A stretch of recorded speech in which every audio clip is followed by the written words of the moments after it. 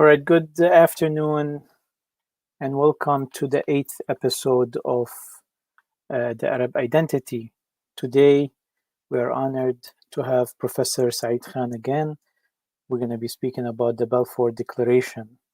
The Balfour Declaration was a public statement issued by the British government in 1917 during the First World War, announcing support for the establishment of a, quote, national home for the Jewish people, end quote, in Palestine. It was then an Ottoman region with a small minority of Jewish population. It was 93% Palestinians. The declaration was contained in a letter dated on November 2nd, 1917, from the United Kingdom's Foreign Secretary Arthur Balfour to Lord Rothschild, a leader of the British Jewish community, for transmission to the Zionist Federation of Great Britain and Ireland. The text of the declaration was published in the press on November 9th, 1917. Immediately following their declaration of war in the Ottoman Empire in November 1914, the British War Cabinet began to consider the future of Palestine. With 2 months, a memorandum was circulated to the cabinet by a Zionist cabinet member, Herbert Samuel, who is the father of the Balfour Declaration, proposing the support of Zionist ambitions in order to enlist the support of Jews in the wider war. A committee was established in April 1915 by British Prime Minister Asquith to determine their policy towards the Ottoman Empire, including Palestine. Asquith, who had favored post-war reform of the Ottoman Empire, resigned in December 16. His replacement, David Lloyd George, favored partition of the empire. The first negotiations between the British and the Zionists took place at the conference on February 7, 1917, that included Sir Mark Sykes and the Zionist leadership. Subsequent discussions led to Balfour's request on 19th of June that Rothschild and Chaim Weizmann submit a draft of a public declaration. Further drafts were discussed by the British cabinet during September and October, with a lot of Jewish opposition to it, who were anti-Zionists, and it ended up with the final draft that was, by late 1917, it was basically accepted by the parliament. The release of the final declaration was authorized on October 31st. The preceding cabinet discussion had referenced perceived propaganda benefits amongst the worldwide Jewish community for the Allied war effort. I will try not to talk a lot in the introduction so we can maximize the time with Professor Khan. Professor Saeed Khan, this is the second time he appears with us in the Arab Identity program. He's a senior lecturer in the Departments of Near East and Asian Studies and Global Studies at Wayne State University in Detroit, Michigan, where he teaches Islamic and Middle East history, politics, and culture and global issues, and where he also is the director of the Global Studies and a fellow at the Center for the Study of Citizenship. In addition, he is a founding member and a senior research fellow at the Institute for Social Policy and Understanding, a Michigan-based think tank promoting the study and analysis of U.S. social and domestic policy. Mr. Khan's publications include his upcoming anthology, Global Studies, a reader on issues and institutions, and his recently published co-authored book, What's Going On Here? U.S. Experiences of Islamophobia Between Obama and Trump. Welcome again, Professor Khan. Thank you so much for having me on again, Wissam.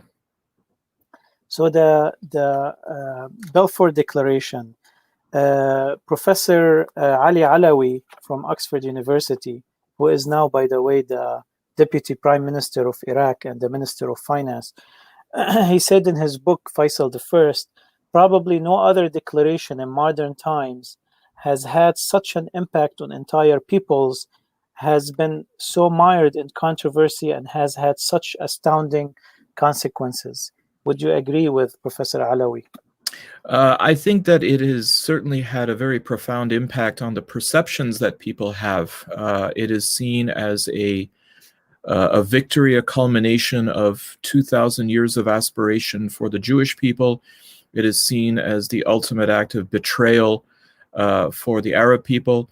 And like in most other situations, there is, of course, truth and there is a misperception about it. Perhaps what's also very important, though, is to realize that the Balfour Declaration itself, as you had rightly said in your introduction, has a history. And it's a history that involves two different narratives. One is the narrative of Jewish nationalism, particularly that which emerged in Europe, which we now know as modern Zionism.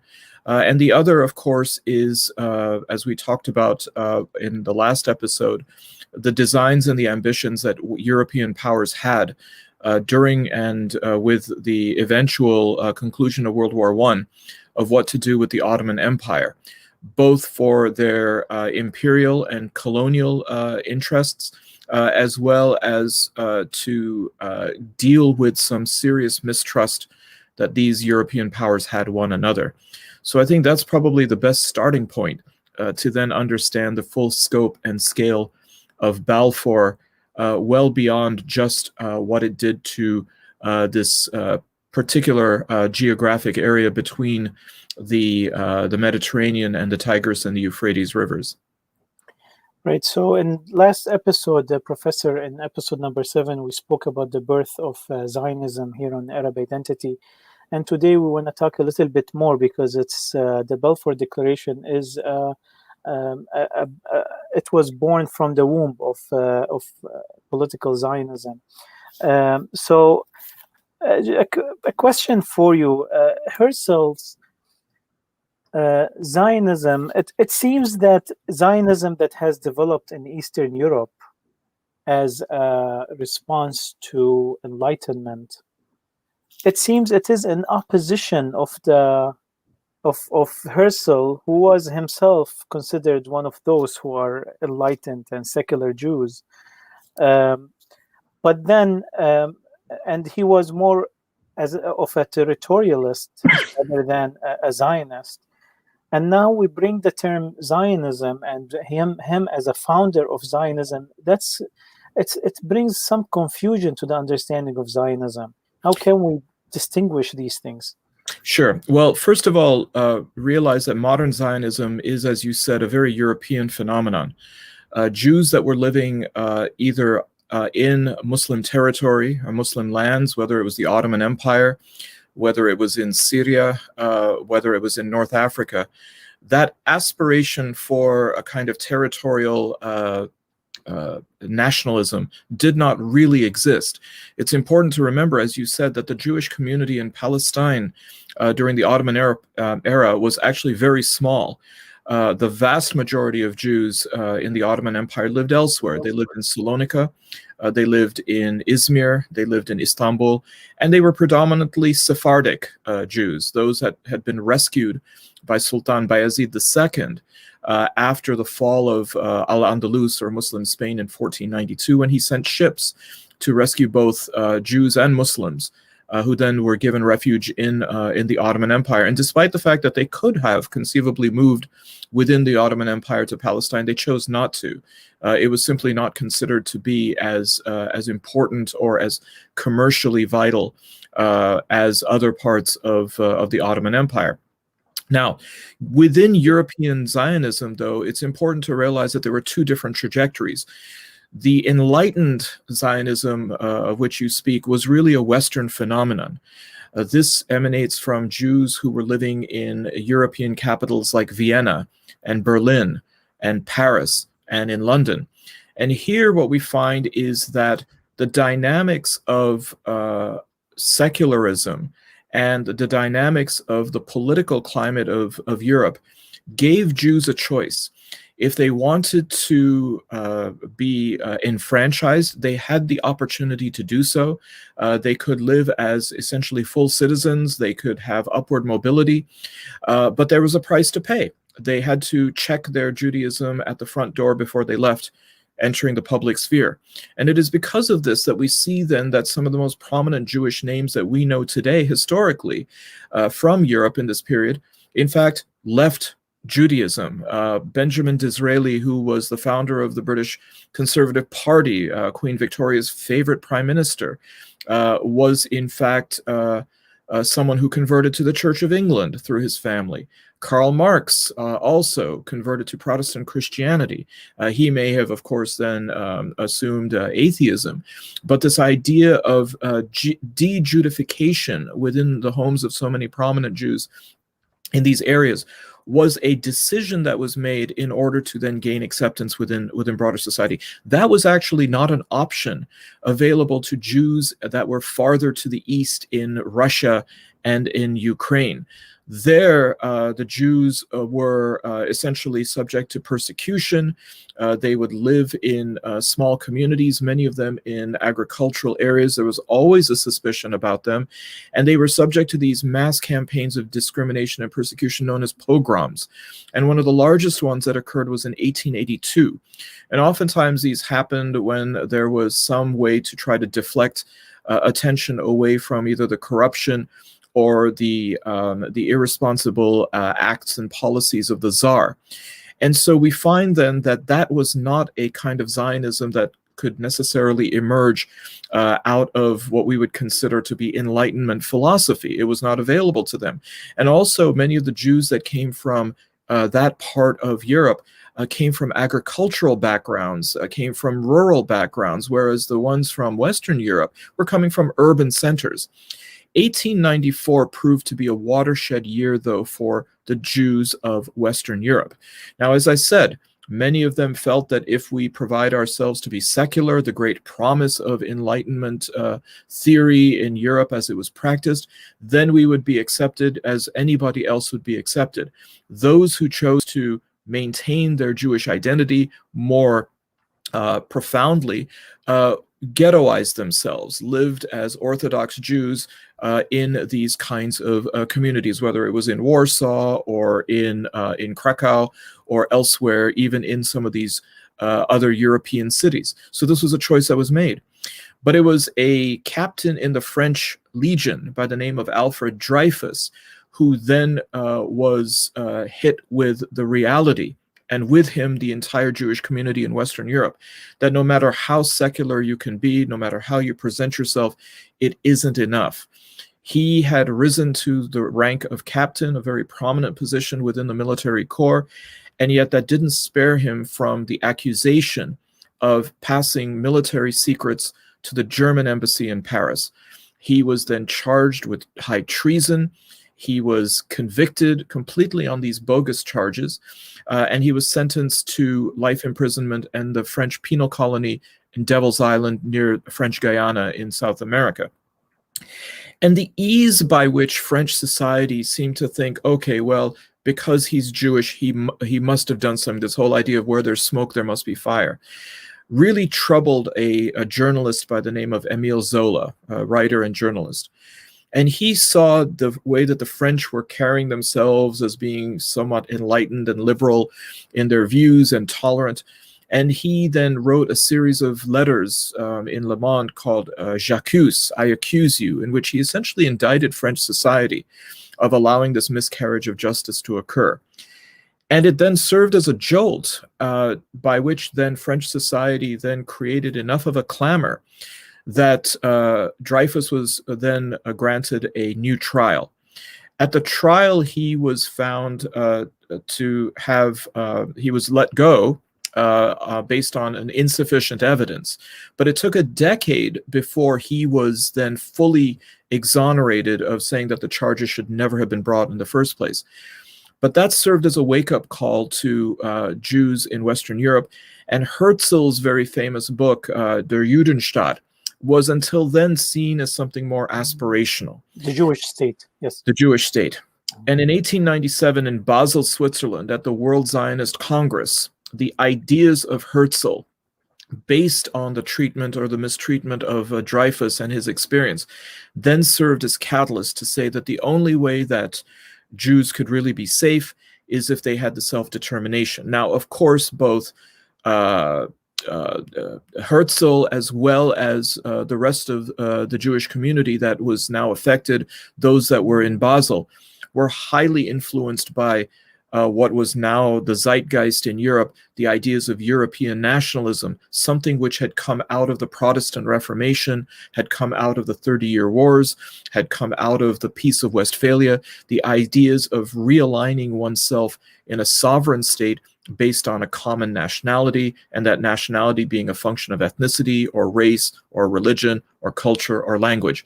So it's important to then understand that how modern Zionism is in many ways a form of European nationalism, but European nationalism has its seeds in a sort of a very Christian narrative, which then, of course, makes modern Zionism problematic because it was not organically from within a Jewish narrative. You don't really see this happening. But Zionism then is added to give it the kind of narrative within the Jewish community, to say that there is also a religious element to this, and one which ties the Jewish people historically as well as religiously to Palestine. Professor, why did Herzl use the word Zionism, although at that time it didn't really represent what he's thinking? Well, it was a compelling idea. Again, now we're dealing with Europe in the 19th century, where isms were being tacked onto everything. And as a result of it, in order to give it its specificity and for recruitment purposes and for context purposes for the Jewish community, it needed to have something to which they could relate. And remember, the idea of an aspirational homeland for the Jewish people was developing as anywhere else but Europe. And ideas were even being bandied about East Africa, including Uganda, also South America. But now we find that there was not as much of an allure. People couldn't relate to South America. They couldn't relate to Uganda because there was no connectivity historically, the way that, of course, establishing a homeland in Palestine would then have allowed it to occur. So in order for it to resonate with the Jewish community, which again was either indifferent or certainly through the anti-Zionist movement, demonstrating still quite a bit of reluctance about it, this was a way to then gain enough support, because the Zionist movement realized that if they were going to make the case, they would have to make that case to the European powers. And they could only do so if they could demonstrate that there was a sufficient amount of support for it from within the Jewish community. Do you feel that Zionism as a project, as envisioned by Herzl, was actually hijacked and it became something that he did not intended to be? Well, I mean, it depends on how we then look at Zionism. It's certainly not a monolithic concept. And I like the fact that you call it a project, because what it then suggests is that it's ever evolving. There are at least 4 different strains to Zionism that we can talk about. We can talk about a kind of cultural Zionism, a political Zionism, a historical Zionism, and a theological Zionism. I mean, it's without doubt that Jews historically, with maintaining a connection to the land, during their Passover Seders, will take a toast and say, "Next year in Jerusalem." And of course, for hundreds upon hundreds of years, this was done more pro forma, as a kind of symbolic statement. I suppose, as some people even facetiously say when Muslims say "Inshallah," about how much intentionality is really behind that, because it was certainly not something that they could have realized. But again, when we're looking at how the evolution of something from an abstract idea to operation plays out, Herzl could never have imagined all of the steps that would have then triggered the possibility of a state of Israel occurring, and for the fulfillment of his idea of Zionism, and all of the different forces that were at play. In many ways, interestingly and ironically enough, as Karl Marx's ideas in Das Kapital and in the Communist Manifesto, he had an idea about what would happen with class exploitation, modes of production, his critique of capitalism, and industrialization. would he have been able to have predicted? Would he have wanted to have a totalitarian state like the Soviet Union occur? I'm sure Marx would have probably been mortified by that idea, and Herzl probably similarly would have been highly critical of some of the ways that Zionism has been leveraged by those who claim to be speaking and acting in its name. In 1897, he held the first Jewish Congress. By 1903, 6 year, in the sixth Jewish conference, when he presented Uganda for the conference, and they rejected it, and they, accused him, and they almost kicked him out of the conference. Isn't that a person who have lost control of his project? Well, very much so, and it's not unusual for those who are the ideators, so to speak, to be kicked out by the technocrats. And clearly, I think, as you rightly show, that by the Sixth World Zionist Congress, there were people who now had been highly motivated, and now they wanted to create and craft Zionism in their own image. And we see this happening as very much an internal struggle within the Jewish movement and within the Zionist movement. Case in point, two of the most prominent Zionists, and arguably two of the most influential within modern Jewish history, came from the East. They did not come from Western Europe. These include the eventual first prime minister of Israel, David Ben-Gurion, and the other is Vladimir or Zev Jabotinsky, who has served as a very much a guiding voice for particularly the right of center Jewish movement in Israel. Both of them showed up in Salonika, trying to recruit the Jewish community in Salonika for their project of Zionism. And they approached who they thought would be a natural ally, the head of the biggest labor union there, who happened to be a Jewish man by the name of Avraham ben Aroya, except he was a Sephardic Jew. And he and his family had been living in Salonika for centuries.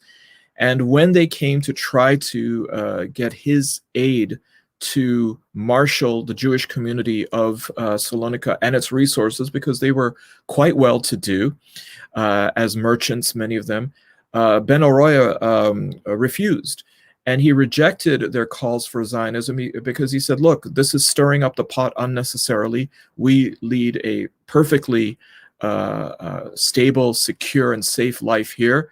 And in fact, doing this may then jeopardize and undermine the Ottoman Empire, something that doesn't serve our purposes very well. And the last thing that Ben Oroya opposed Ben-Gurion and Jabotinsky about was that they were too bourgeois for him. Here was the leader of a labor movement, and he says, we don't need a bunch of elitists coming in and trying to dictate how we should live our lives and try to appeal to us just based on our Jewishness.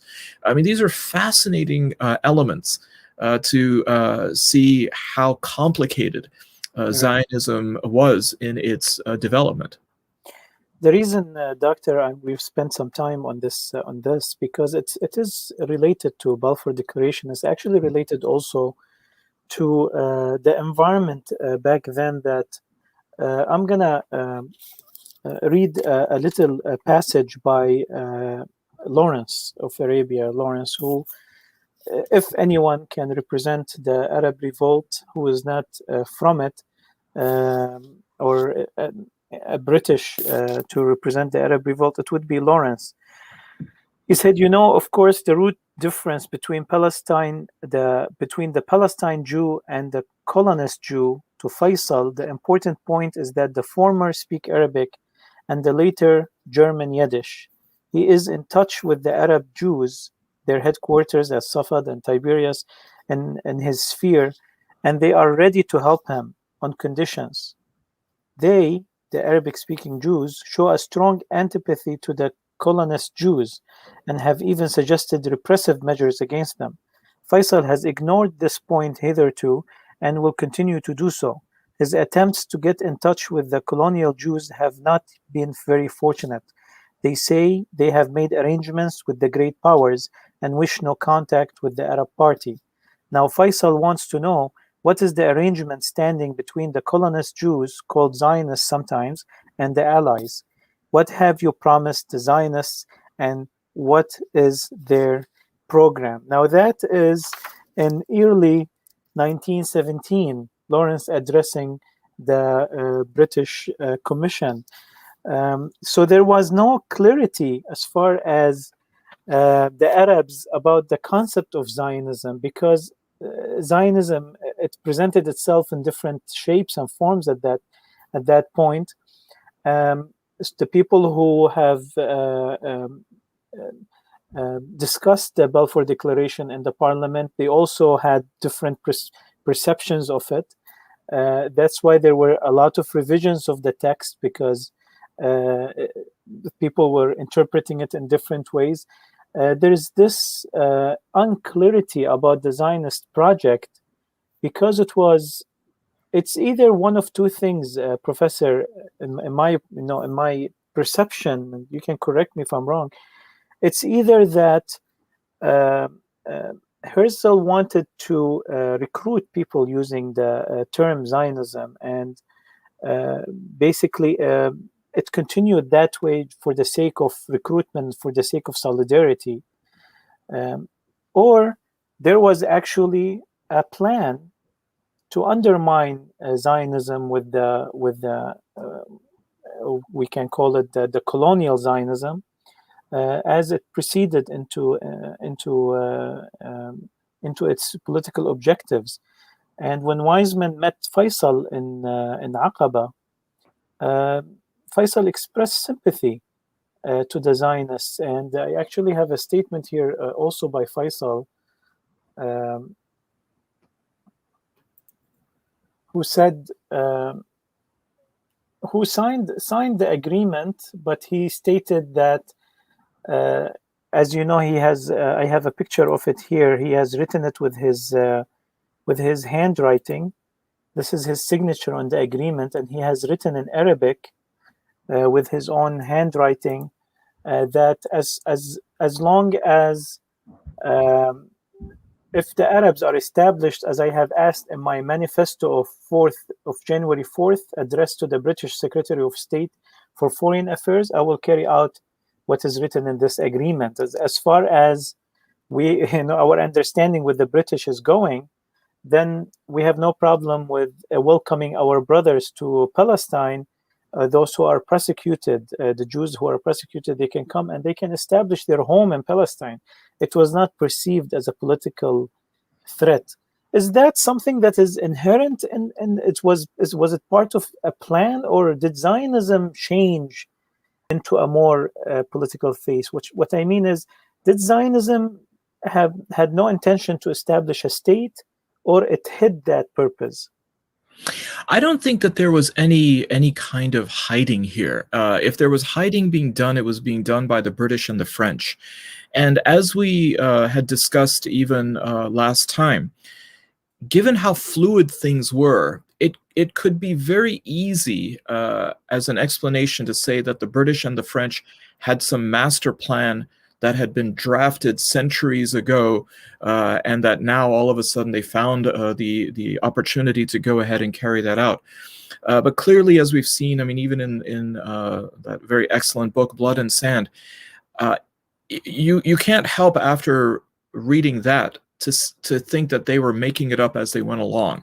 There were simply too many moving parts. And what we find then is whether or not there were people who were keeping track, keeping score. Did they falter by becoming a bit too trusting? There's a saying about sometimes when you get too far over your skis, you then have the potential to tumble over them. And I think that we see here that there are clearly moments on all the parts of all the major actors that there were certainly promises that were made, some that were blatantly insincere, and others that perhaps were naive, and they were also construed as being naive. For Faisal, he probably had a certain level of suspicion about the British, perhaps the ambition that his father and his family had to get the Ottomans out of the area, was perhaps primary, and the idea then of establishing a hereditary kingdom for themselves was secondary. And so in his dealings with Chaim Weizmann, a prominent British Zionist, with whom he actually signed an agreement in 1919, he definitely shared with Weizmann a mistrust of the British. But he probably, it seems, also had a presumption that I think he truly believed that the British were still going to give him a kingdom. And the reason being is that in 1920, he then establishes for himself the kingdom in Damascus, at which point the French came and kicked him off the throne. And as a consolation, the British then coronated him the following year in Iraq. For the British Zionists, there was a mistrust all around.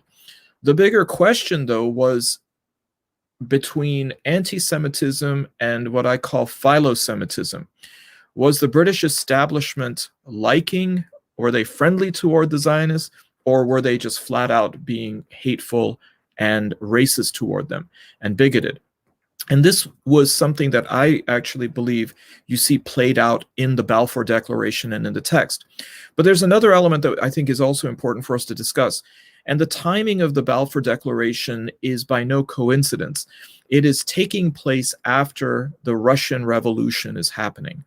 And remember, there are two revolutions, really. There's the February Revolution, which brings in a provisional government of Alexander Kerensky, and then the takeover by the Bolsheviks in the October Revolution with Vladimir Lenin and the ouster of Tsar Nicholas II. There was a genuine hysteria in the British establishment, as well as to a lesser degree the American establishment, that Jews would see this as a moment to then migrate to Russia, that they would see an opportunity because, after all, Marx was of Jewish heritage, the alleged inspirer of this revolution. Leon Trotsky was Jewish, a prominent deputy to Lenin. It was completely bogus. There was no call that the Jews were going to migrate to Russia. But it was enough to certainly influence the way that the British establishment saw it. Now, at the same time, much of the British establishment was, in its own way, Christian Zionist. Remember, from a religious standpoint, according to Christian theology, the Messiah, Jesus, will not return until all the Jews have returned to Zion. It is after that that they are then given the choice of either convert or be put to the sword, and near the end time, this is part of prophecy.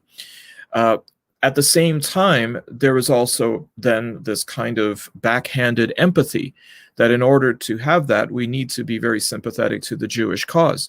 But there was a transactional relationship between the Jewish community and the British establishment. Chaim Weizmann was a very prominent chemist who had contributed greatly to the benefit of the British war effort by devising a new form of military use acetone to clean the munitions out. His district, where he lived in Manchester, was represented by none other than Arthur Balfour in the Parliament.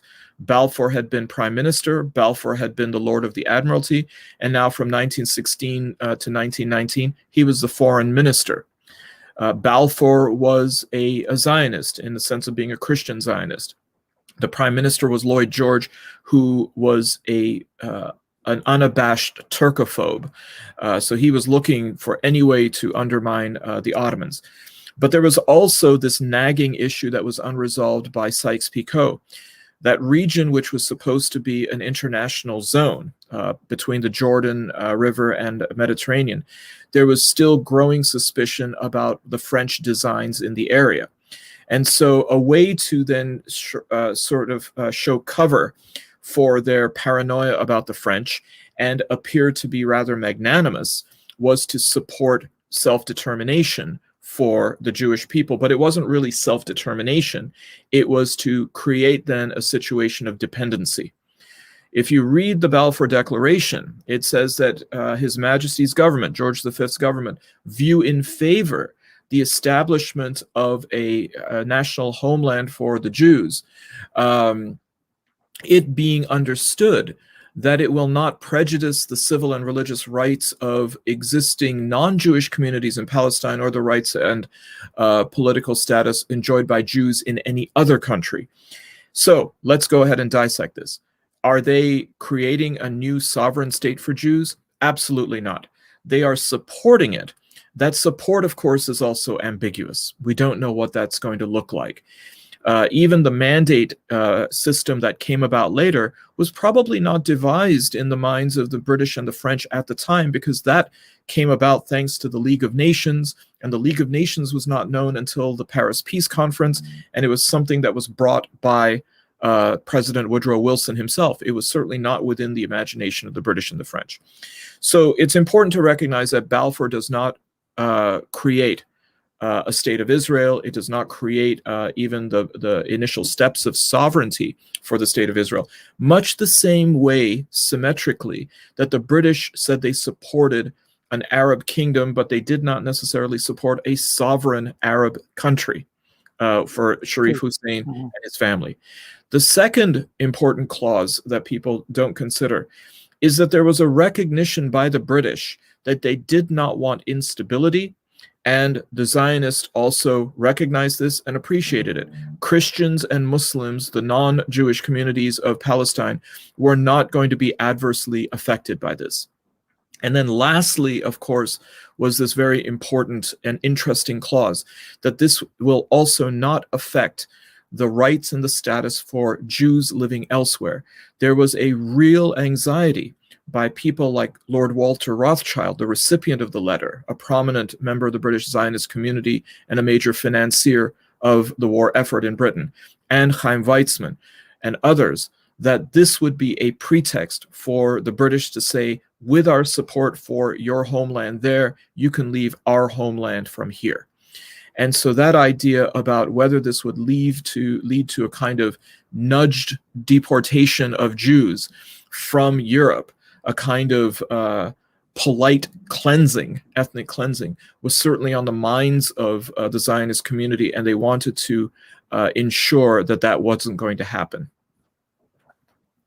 Professor, in 1939, the British government acknowledged that the local population's views should have been taken into account. And in 2017, just recently, they acknowledged that the declaration should have called for the protection of the Palestinian Arabs' political rights. Do you think that these are sincere acknowledgements by the British administration? Well, I mean, I don't want to go ahead and get into the minds of the British. That's always dangerous. Whether it's hindsight or regret being 2020, I'll leave that between them and their fate. But they technically had provided for that in the Balfour Declaration. So in that sense, I don't think that Balfour was deficient. I mean, after all, it is a very, very short letter, as you've seen the text. The devil, as they say, is always in the detail, and the detail, of course, was how the British set up the mandate of Palestine. And as you had mentioned his name before, Herbert Samuel, a prominent Zionist within the British government, then becomes the first High Commissioner of the British Mandate of Palestine, which, of course, upset many of the Arabs because they felt as though he was not going to be impartial, that somehow or the other he might favor the Jewish community, favor Jewish migration, which, by the way, had been going on since the Ottoman time. The only time it was suspended was during the war itself. But the first waves of Jewish migration to Palestine started under Abdul Hamid II as the Sultan of the Ottoman Empire in the same year as the pogroms began in Russia in 1882. In the first wave of 20 years or so, 35,000 Jews were let in from Russia and Ukraine. From the period then, from 1904 to 1914, another 40,000 were let in. So this idea of Jewish migration being hostile to Muslim or Ottoman desires is simply not true. The Ottomans allowed it to happen. Where they stopped, though, was when offers were made by the Jewish National Fund to essentially buy out land. And that is something that Abdul Hamid II said, I cannot do. It's not mine to give away or to sell. But the idea then that the policies that the British then implemented, it has to be understood that part of it was they simply perhaps were inept, but part of it, cynically speaking, has to be understood to say that the longer they remained, the better it was for them to push back on what the mandate had said, which was that as soon as this region develops its own ability for self-determination, that is when the mandate expires. The British were still highly worried about the stability and security of the Suez Canal. As oil was starting to be produced in Mesopotamia, it was just another reason to justify their prolonged presence in the region. And so as a result of it, perhaps there's no better way to justify being in a place than to say that you have to be there in order to maintain order, because the local populations are restive and in conflict with one another. How much the British then helped to foment actively and provoke these conflicts between Arabs and Jews is, of course, a question of debate. But they certainly created the climate by their presence to allow these things to happen. Professor, I want to speak a little bit in a compare and contrast between the Arab revolt or the Arab effort for nationalism and the Jewish effort for nationalism. Now, of course, there is two big differences. The Arabs were the occupants of this general land. There is no question or debate about their right to the land in general. And the Jewish had a much more difficult project to put together, and we saw throughout history how it was done, and dependent on allying with colonial forces and heavy immigration, and then later on it turned into also some violent tactics. When Sharif Hussein got the news, the British, they sent David George Hogarth of the Arab Bureau in Cairo to meet Hussein between January 8 and January 14 in 1918. He delivered a solemn message from the British government that assured Hussein that Jewish settlement in Palestine would only be allowed insofar as would be consistent with the political and economic freedom of the Arab population, unquote. This unequivocal statement was finally sufficient to dispel Hussein's apprehensions about the ultimate intentions of the British government in Palestine. Messages went out to Faisal in Aqaba that he should not be too concerned with the implications of the Balfour Declaration now that he, Hussein, had received satisfactory clarifications from the British government that safeguarded Arab rights in that country. But that statement said political and economic freedom of the Arab population. That's a clear lie, right? I think it's a clear ambiguity. I mean, it's a statement that doesn't really state anything. What political and economic freedom really means, it certainly doesn't explicitly say anything about sovereignty.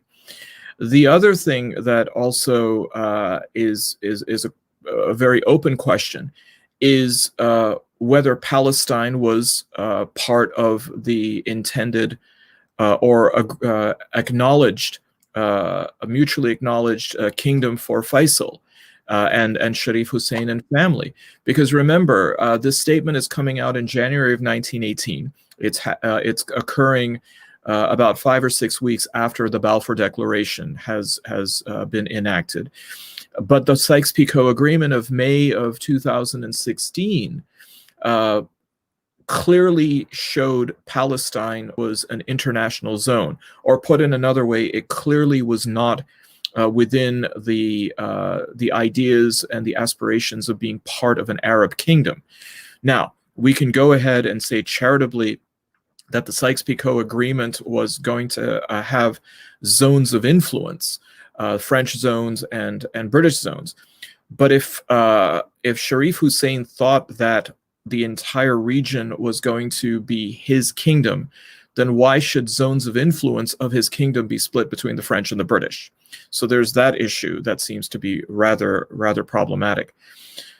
But the fact that he should have also noticed glaringly that that Palestine was not a zone other than an international condominium, as it was referred to by Sykes-Picot, should have given him an indication that it was in play.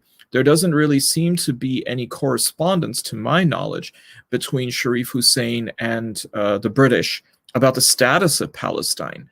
Now, whether he took that on face value when the British said, listen, don't worry about it, that would be, of course, a spectacular failure on his ability to be suspicious.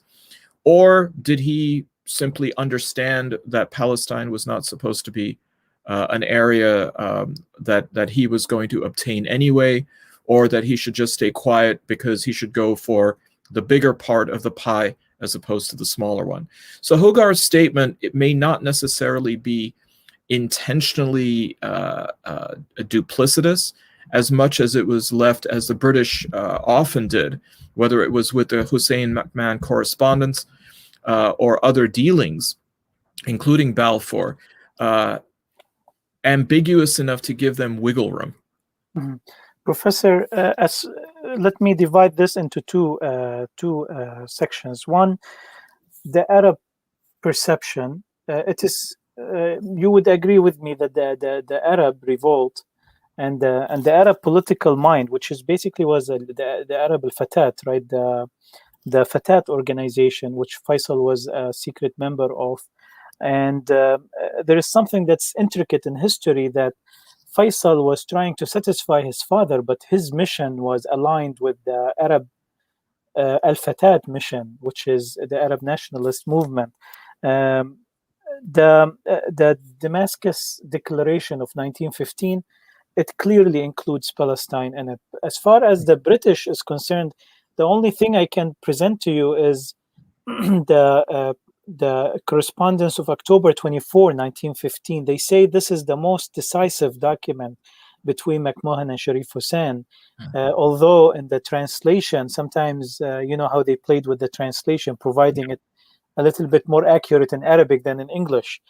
He said the districts of Mersin and Alexandrata and portions of Syria lying to the west of the districts of Damascus, Homs, Hama, and Aleppo cannot be said to be purely Arab and must on that account be accepted from the proposed delimitations. Subject to that modification and without prejudice to the treaties concluded between us and certain Arab chiefs, we accept that delimitation.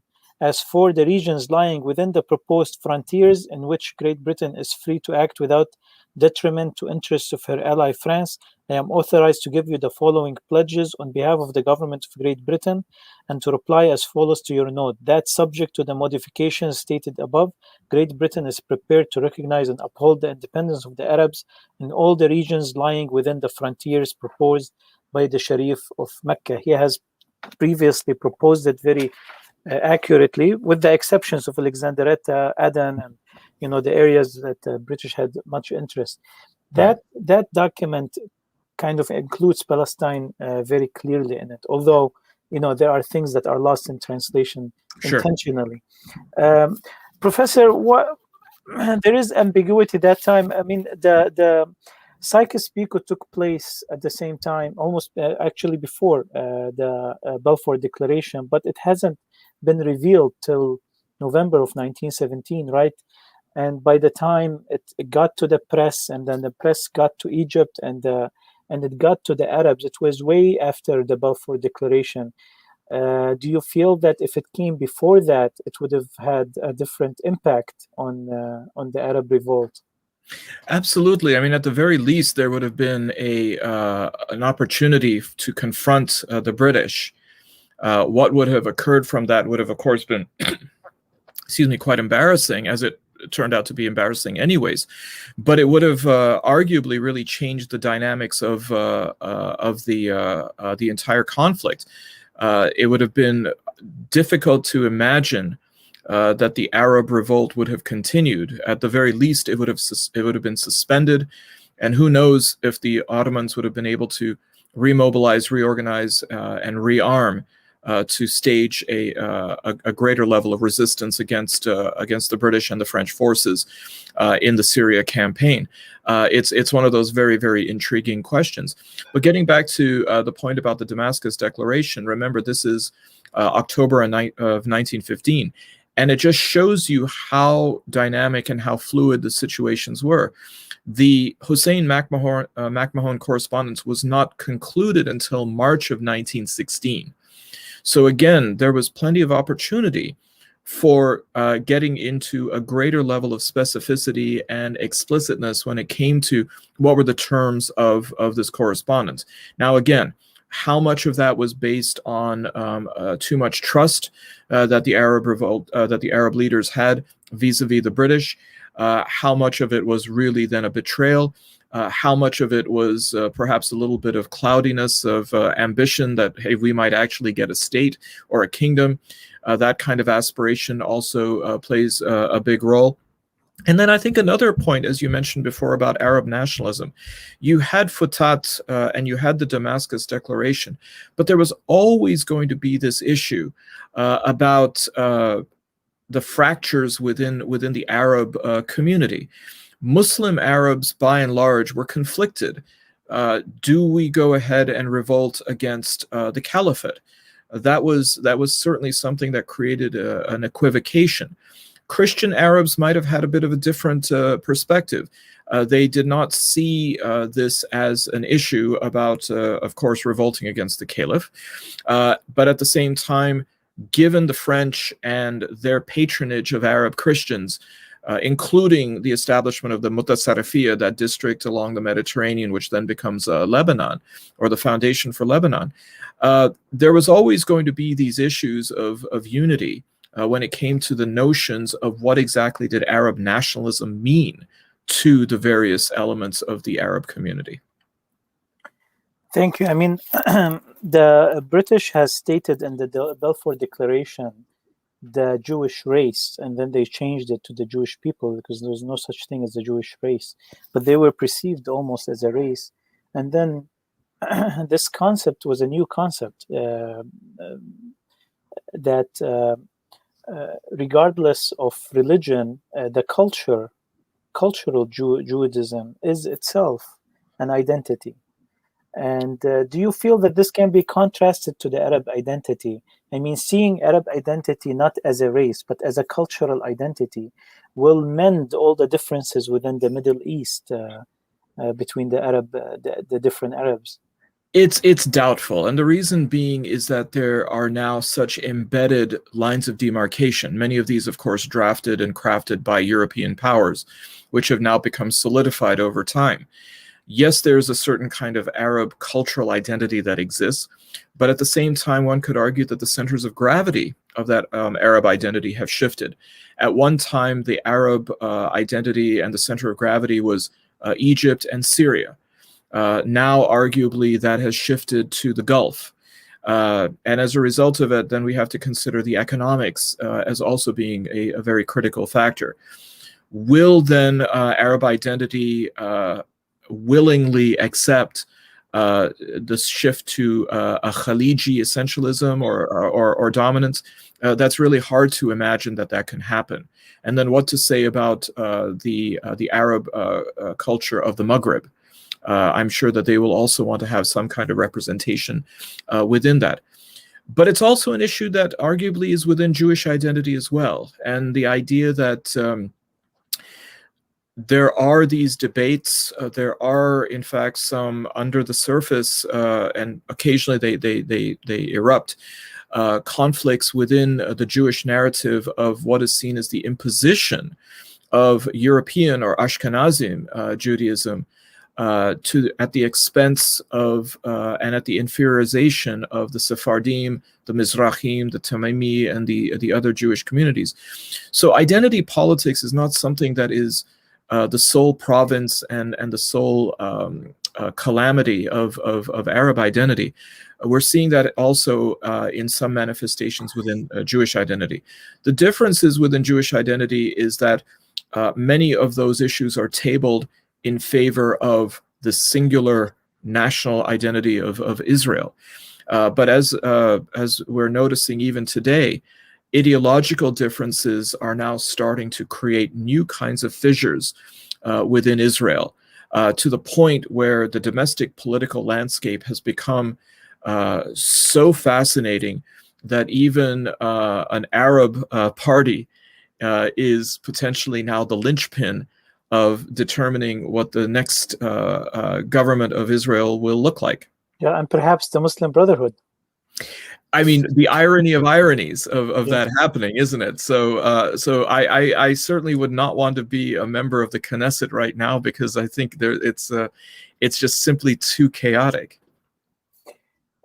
Professor, it is certainly we probably will speak about that in a later episode, about the Arab identity and the possibility of a united identity. I mean, after all, this is what this program is about: is to restudy it and re-examine it and re-question it.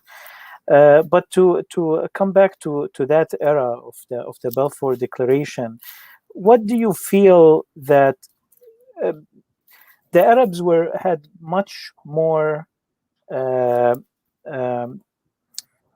Let me say that they had much more control of their land, and in 1917 they were at the borders of Syria, and by 1918 they entered Damascus, while the British entered Palestine, and they met both of them in Damascus, and they established the first Arab Congress, and they elected Faisal as a crown with a parliament.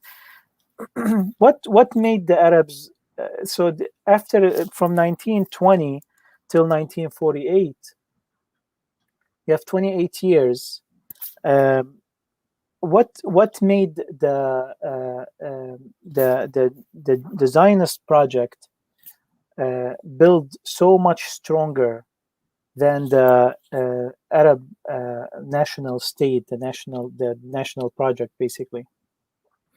Well, I think in part they understood, the people who were the architects of the Zionist project during the interwar period were ones who seemed to have almost intuitive and intimate knowledge of the way that the colonizers worked.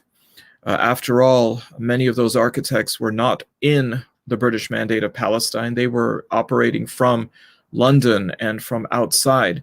And so they were privy to seeing how the mechanics were playing themselves out, the evolution of the Mandate project as a whole, and then trying to understand where their role was going to be within that. That is something that the Arab leaders of their own aspiration for self-determination didn't have. They were on the ground. In fact, one could even argue that being native to the region served as one of the disadvantages. For them, it was about not having the kind of experience of understanding those who continued to go ahead and colonize them during the interwar period. Those who were the prominent British Zionists went to school with the establishment. They understood both the explicit language as well as the implicit language. They had a far longer history with them. And as a result of it, they could perhaps catch the subtleties and the nuances of what was going on better than the Arabs of the region could. Thank you, Professor. By that, we came to an end to this episode. Thank you very much for your presence. I don't even provide you with the questions beforehand, but your answers are very sharp and eloquent. So that makes me want to go back to Wayne State and take some of your classes. You're welcome anytime. And actually, I mean, I prefer this. First of all, your questions are spot on. And I find it better than to feel as though, especially for the audience, for them to think that we're reading off a script. It's nice to have that kind of vibrancy. Thank you very much. Thank you for being with us. We hope to see you in upcoming episodes. This is I have a program that will last till the end of 2022. So we hope to see you in a few upcoming episodes. That'd be great. Ramadan Kareem again, Professor, and we'll see you again. Okay, take care of yourself. Thank you for the audience. This episode will be available also on podcast, on Spotify, and all the other podcast forms. Just look for Dearborn blog or for Arab Identity, and you will find it. Thank you, Professor. Good night, everyone. Good night.